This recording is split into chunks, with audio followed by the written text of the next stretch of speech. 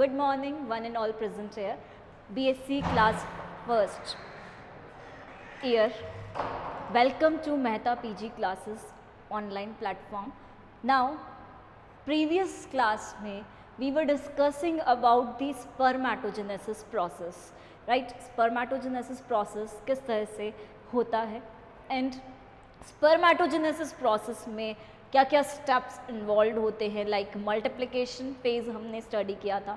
Multiplication phase में mitosis होता है, स्पर्मेटोगोनिया फॉर्म होता है एंड स्पर्मेटोगोनिया के फॉर्मेशन में माइटोसिस इन्वॉल्व होता है.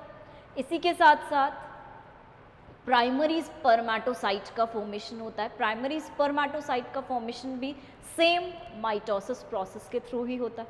नाउ क्योंकि लास्ट प्रीवियस क्लास में हमने इसी चीज़ को कंसिडर किया था, तो अब हम इसको थोड़ा सा डिटेल में ले लेते हैं कि किस तरह से ये प्रोसेस वर्क करता है. तो फर्स्टली मैं बात करूँगी प्रोसेस की, प्रोसेस ऑफ किसकी, स्पर्मेटोजेनेसिस की.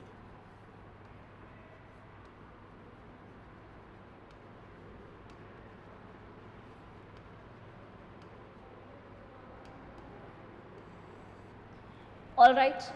So firstly process of spermatogenesis है सबसे पहले first step multiplication phase. Multiplication you know multiply करना, एंड मल्टीप्लिकेशन फेज का मतलब हुआ that in this multiplication occurs. Now multiplication phase involves mitosis as we all know, and in mitosis we all know mitosis occurs in which cells. So mitosis occurs in spermatogonia cells, right? Spermatogonia.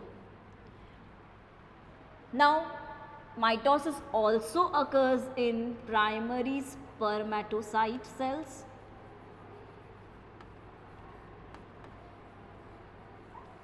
right? So in multiplication phase spermatogonia multiplies and primary spermatocytes also multiplies here by the process of mitosis. Now क्योंकि mitosis होता है, so both are of diploid category. So multiplication phase is involved and multiplication phase involves diploid stages, right? Diploid means you all know two sets of chromosomes present होते हैं. Now second phase आती है growth phase.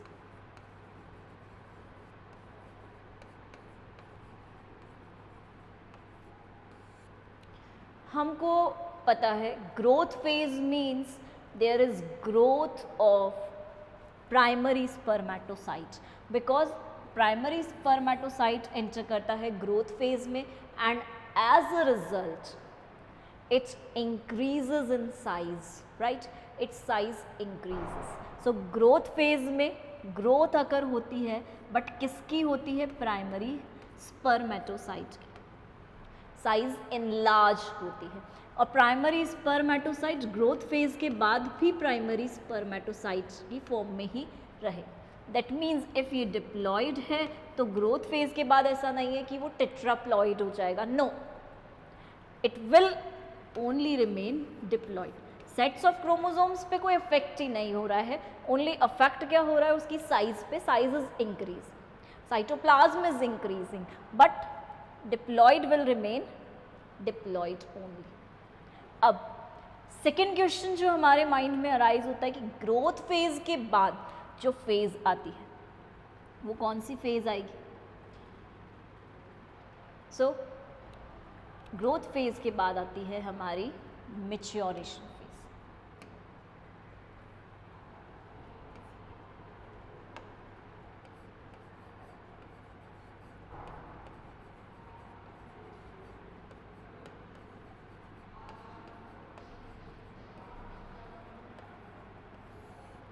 Maturation phase. अब maturation phase is divided into two types. or we can say that it involves two stages, that is meiosis first and meiosis second, right? Meiosis first and meiosis second.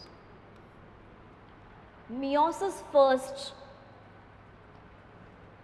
as we all know, is a kind of reduction phase होती है, and when we talk about meiosis second, it is a kind of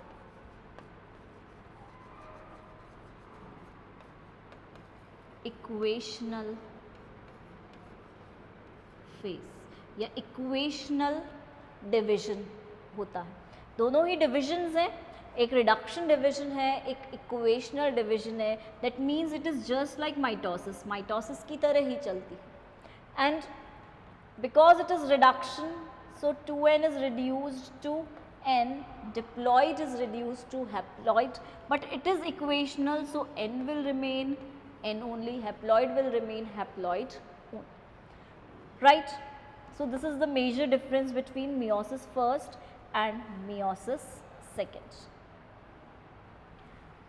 अब now major difference के बारे में हमने बात की, but क्योंकि मेच्योरेशन डिवीजन है, मेच्योरेशन फेज है, यहाँ पे डिविजन्स प्रोसीड करते हैं, तो एक क्वेश्चन और माइंड में आता है कि दोनों में डिफरेंस क्या है. मियोसिस फर्स्ट की अगर मैं बात करूँ तो इसमें भी 4 स्टेजेस रहेंगी, एंड इफ मियोसिस सेकेंड की बात करूँगी तो इसमें भी मेरे पास 4 स्टेजेस रहेंगे. मियोसिस फर्स्ट में prophase first, metaphase first, anaphase first and telophase first. वही मियोसिस सेकेंड में भी same stages will be there. Prophase second, metaphase second, anaphase second, telophase second. इसको हम ऐसे भी मेमोराइज कर सकते हैं, PMAT, prophase, metaphase, anaphase, telophase, right? PMAT. PMAT,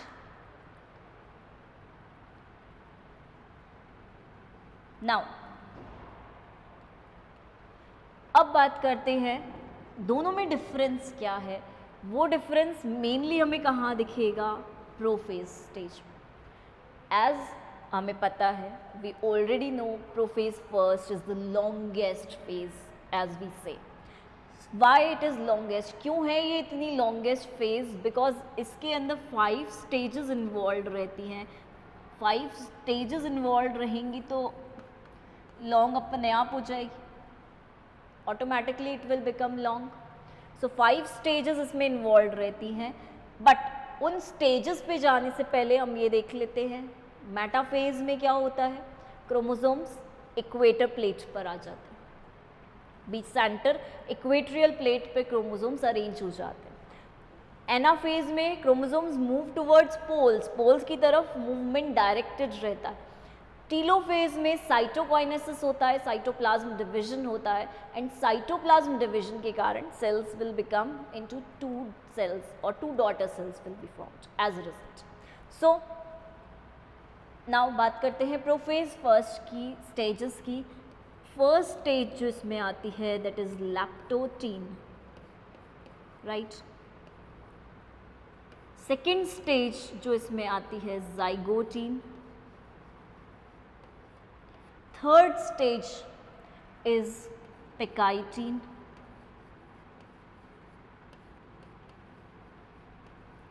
Fourth stage is diplotin,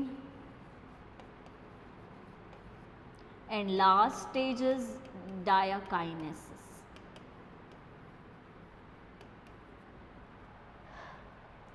क्या हम इसको मेमोराइज कर सकते हैं कि क्या स्टेजेस का सीक्वेंस रहेगा? तो एक सिंपल सी ट्रिक है मेमोराइज करने के लिए. लता लता ज़रा पानी दे दे. LZPDD. Leptotene, zygotine, picitine, diplotene, dikinesis. Simple. So picitine stage में मेनली क्रॉसिंग ओवर होता है, क्रॉसिंग ओवर स्टेज है तो मेनली क्रॉसिंग ओवर होता है पिकाइटीन स्टेज के लिए, एंड हम ये अज्यूम करके चलते हैं बिकॉज क्रॉसिंग ओवर कभी भी किसी ने ऑब्जर्व नहीं किया अंडर द माइक्रोस्कोप, कभी ये चीज़ ऑब्जर्व नहीं हुई है, तो we are supposing that it takes very few milliseconds time, very few time is involved in crossing over, तो वो हम ऑब्जर्व ही नहीं कर पाए पिकाइटीन स्टेज को, but still we know that pachytene stage में क्रॉसिंग ओवर होता है, right. Now main crossing over creates variations creates diversity in the genes, in the genome, right.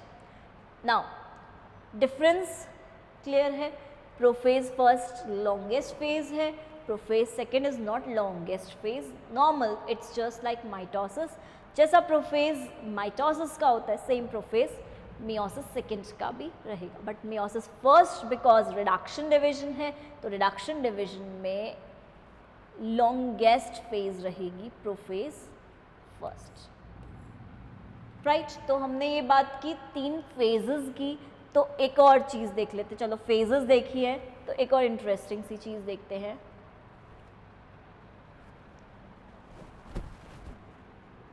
मैंने बोला स्पर्मेटोजेनेसिस प्रोसेस क्या इन्वॉल्व करता है, स्पर्मेटोजेनेसिस प्रोसेस इन्वॉल्व करता है फॉर्मेशन किसकी किससे कहाँ तक, तो स्पर्मेटोगोनिया से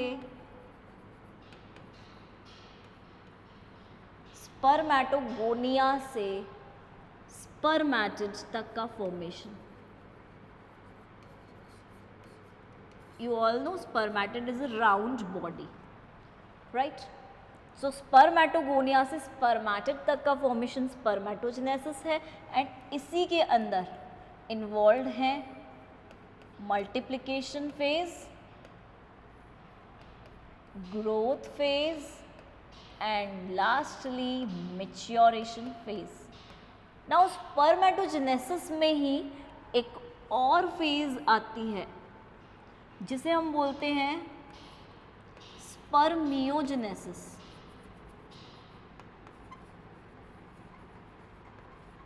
राइट, स्पर्मियोजेनेसिस. स्पर्मेटोलियोसिस भी इसे कई बुक्स में मेंशन किया गया है, बट स्पर्मियोजेनेसिस ऐसी फेज जिसके अंदर डिफरेंशिएशन होता है, एक्चुअल में डिफरेंशिएट होते हैं sales,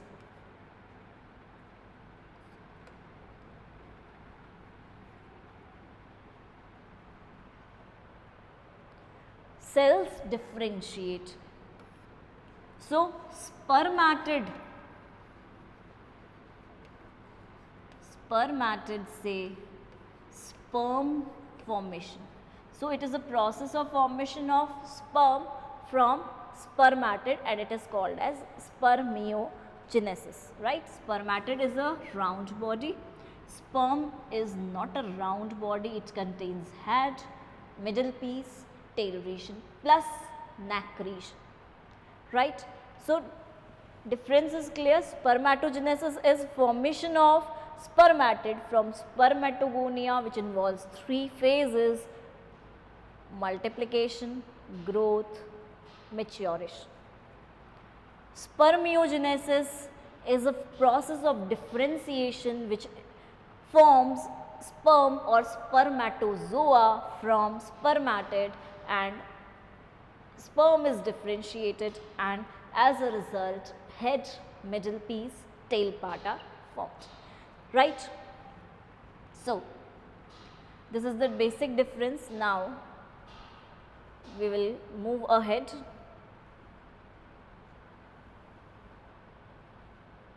Now we will discuss about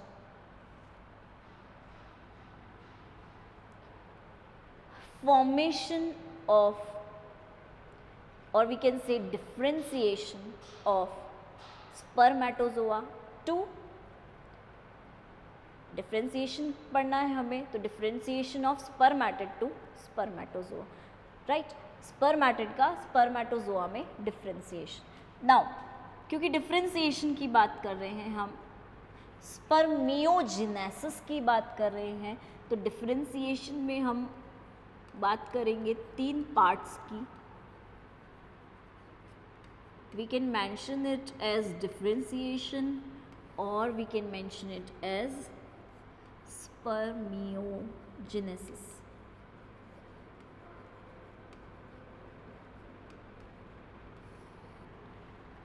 Alright, अब क्योंकि डिफ्रेंसिएशन है तो 3 parts it will involve, it will form 3 parts. Number 1 part is head region. Mainly it will form 3 parts: head, middle piece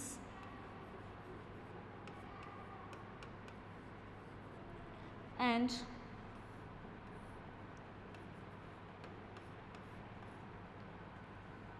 tail.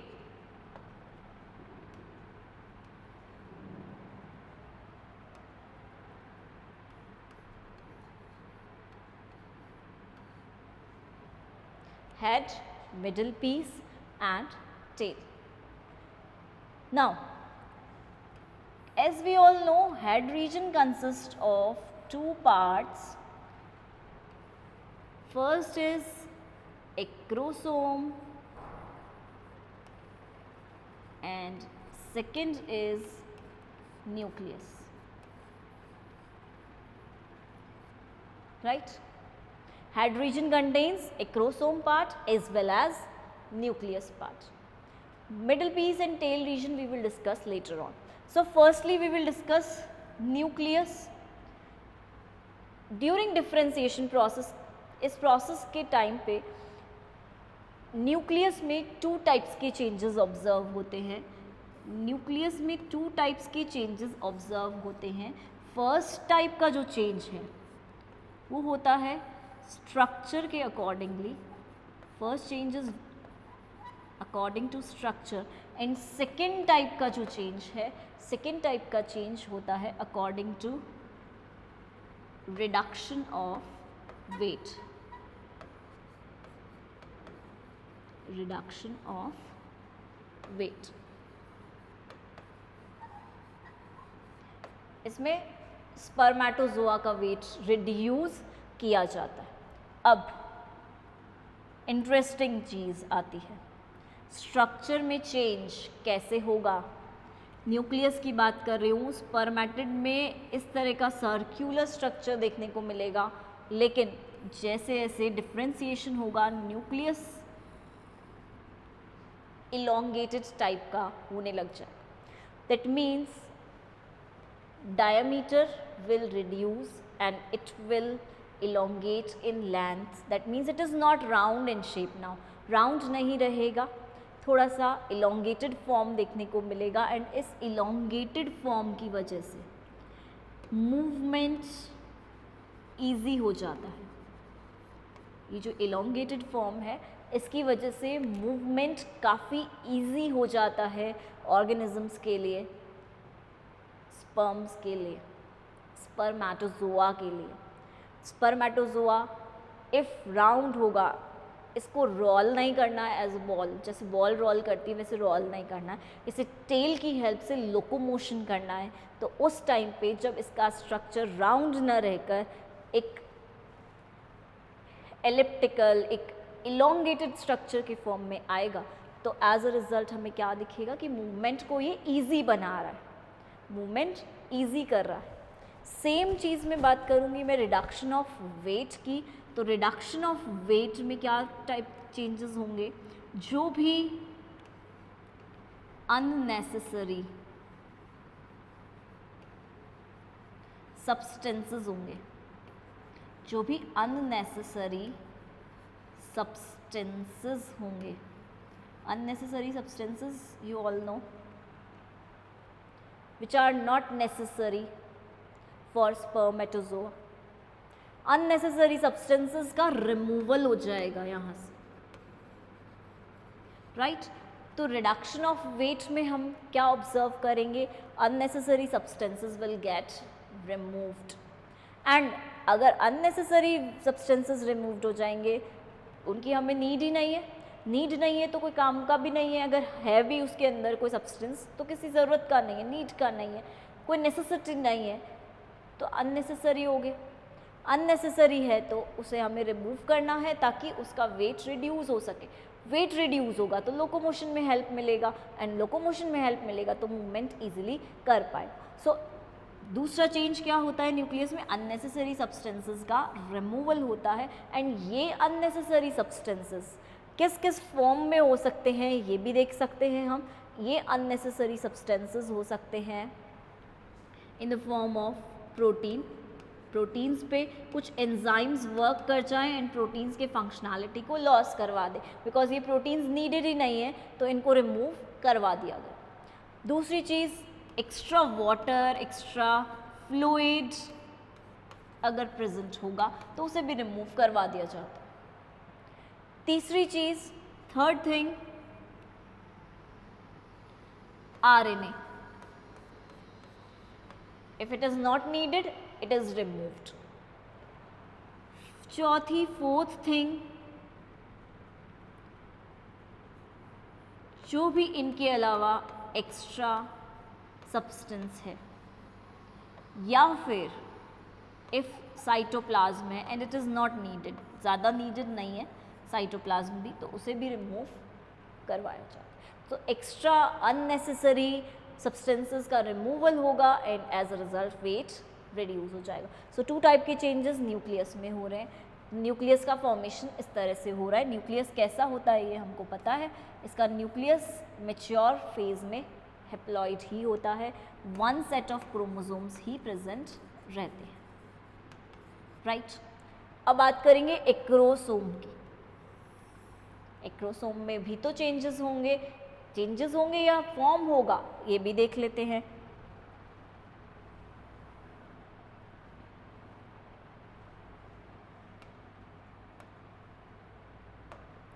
चलो, ये आया acrosome,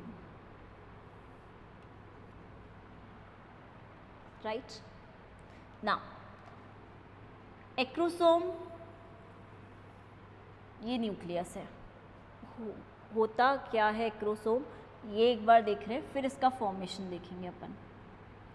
ये nucleus, मैं इसको N से मार्क कर सकती हूँ या फिर स्मॉल n से, क्योंकि ये न्यूक्लियस हेप्लॉइड होता है। अब क्योंकि मैं बात कर रही हूँ एक्रोसोम की, तो एक्रोसोम किसके ऊपर होता है, न्यूक्लियस के ऊपर ही होता है, न्यूक्लियस के ऊपर ही प्रेजेंट रहता है इस तरह से, राइट। तो सबसे पहली बात, एक्रोसोम रीजन कहाँ प्रेजेंट है, कहाँ इसकी पोजीशन है, अबव द न्यूक्लियस।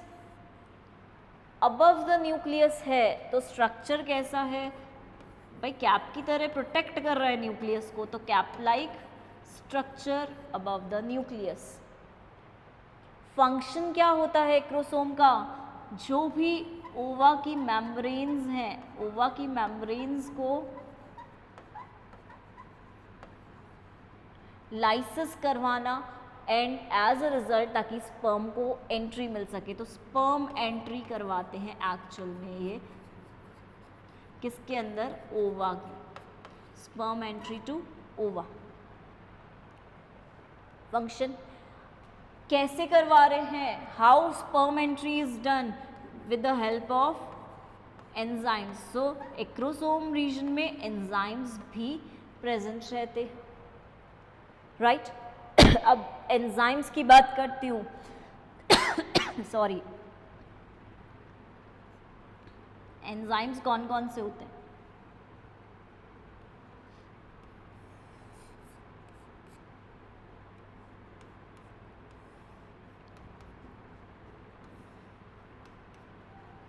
सबसे मेन एंजाइम जो होता है hyaluronidase,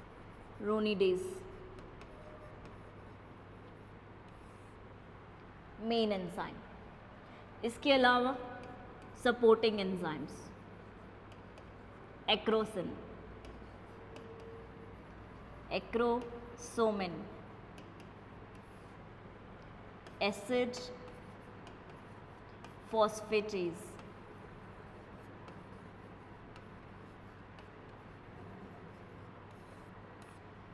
but main enzyme is hyaluronidase, main supporting.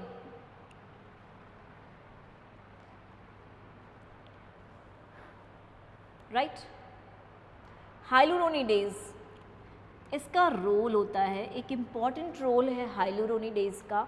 कहाँ होता है इसका इम्पॉर्टेंट रोल, ये भी मैं एक बार देखते हैं अपन।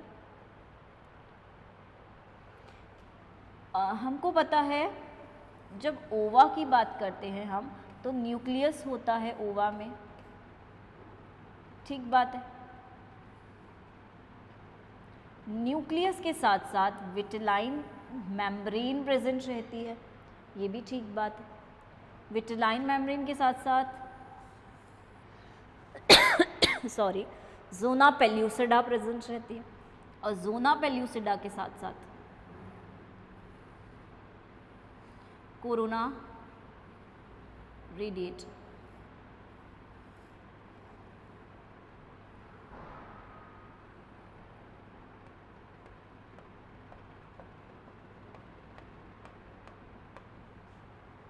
तो सबसे आउटर जब हम बात करते हैं तो कोरोना रेडिएटा की बात करते हैं। बट इफ़ मैं बोलूँ corona radiata contains follicles in it, because इसकी स्ट्रक्चर को ऑब्जर्व करो आप लोग, स्ट्रक्चर ऑब्जर्व करते आपको ऑब्जर्व होगा कि यहाँ पे फॉलिकल्स प्रेजेंट है, राइट। या बहुत सारे फॉलिकल्स एक साथ एक्यूमुलेट होकर एक स्ट्रक्चर बना रहे, एक मेम्ब्रेन बना रहे हैं, that is corona radiata.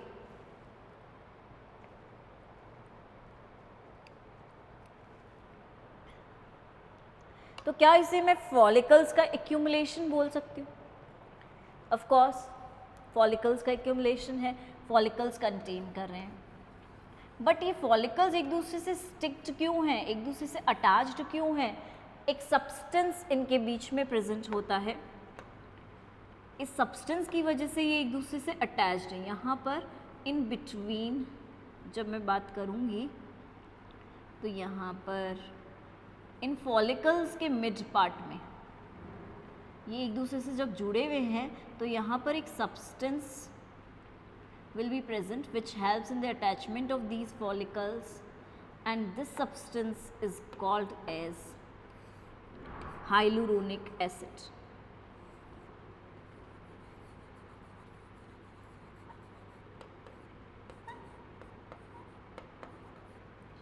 So hyaluronidase hyaluronic acid पे act करेगा, it will act on hyaluronic acid and it will break this from here. So if hyaluronic acid पर act हुआ, यहाँ से hyaluronic acid break होते ही स्पेस मिलेगा इसको, किसको स्पेस मिल जाएगा, किसको स्पेस मिल जाएगा,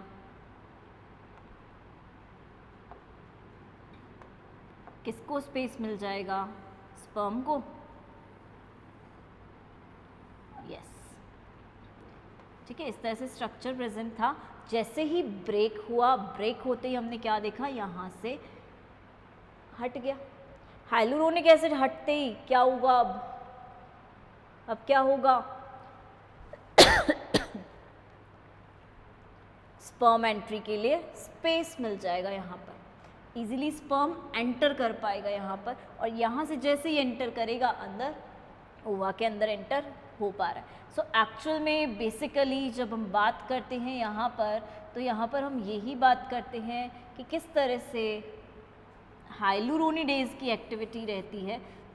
तो हाइलुरोनिडेज की एक्टिविटी ऐसे ही रहेगी, ये सारी लेयर्स हैं, ये बाहर की तरफ कोरोना रेडिएटा आ जाती है, कोरोना रेडिएटा में फॉलिकल्स प्रेजेंट है, फॉलिकल्स के बीच बीच में हाइलुरोनिक एसिड प्रेजेंट है, हाइलुरोनिक एसिड पे कौन एक्ट करेगा, हाइलुरोनिडेज,